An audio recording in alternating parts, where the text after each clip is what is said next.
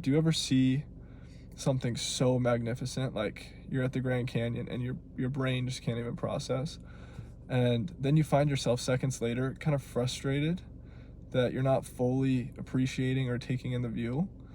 So before humans got to the level that we're at, there must have been a point where we didn't really have concepts for things, right? Before we had language, before we could communicate with each other or even really think coherent thoughts to ourselves. And we see it all the time with animals, right? Animals aren't really using concepts. And in a lot of ways, we're no different from that, but we've come up with a lot of concepts that make our lives a lot easier. But I think there's some downside to overuse of concepts and ideas with every single thing we do. There was a point in time when I was a child that I didn't have concepts. There were just sounds and sights, but I didn't have the word sound or sight, right? It just was.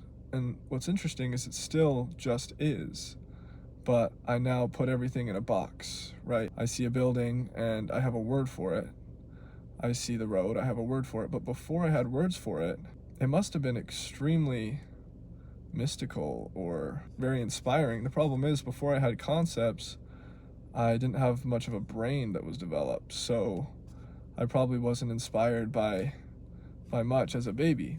But now that I'm older, I think it's important to try and just keep in mind that these concepts that we've developed around everything, there is some downside. And I think to get that childlike wonder back and to be inspired and see the world as mystical and beautiful, it could really help to bring down this overload of ideas surrounding every single thing we see and hear and smell.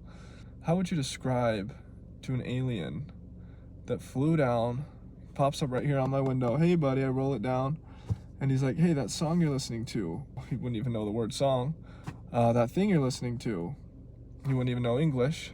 Let's say somehow he was able to ask me about the song I'm listening to. How would I even begin to describe to him what I'm experiencing? If he doesn't have ears, I can't even begin not only to tell him about the song, but explain to him what music is, right?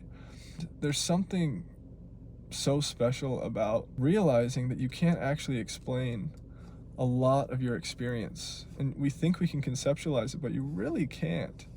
And that means that your experiences are very unique to you and you alone. And to think about them is kind of doing yourself a disservice, because when we think, we put things back into concepts, right? Like I see something and then I put it back into a concept. Do you ever see something so magnificent, like you're at the Grand Canyon and your brain just can't even process, and then you find yourself seconds later kind of frustrated that you're not fully appreciating or taking in the view?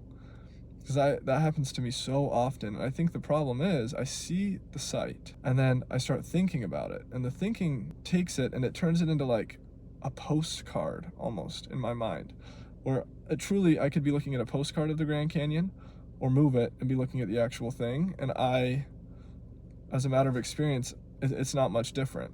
But that first time you see the Grand Canyon with your bare eyes, there's not words to describe it, and to come up with words is defeating the whole experience, right?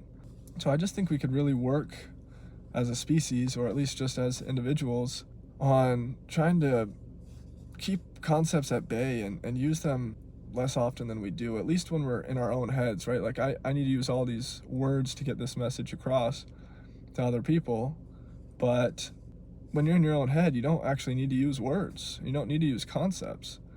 And the world can still be very much enjoyed. In fact, it could probably be enjoyed a lot more. So these are just some thoughts I was having while I was driving. So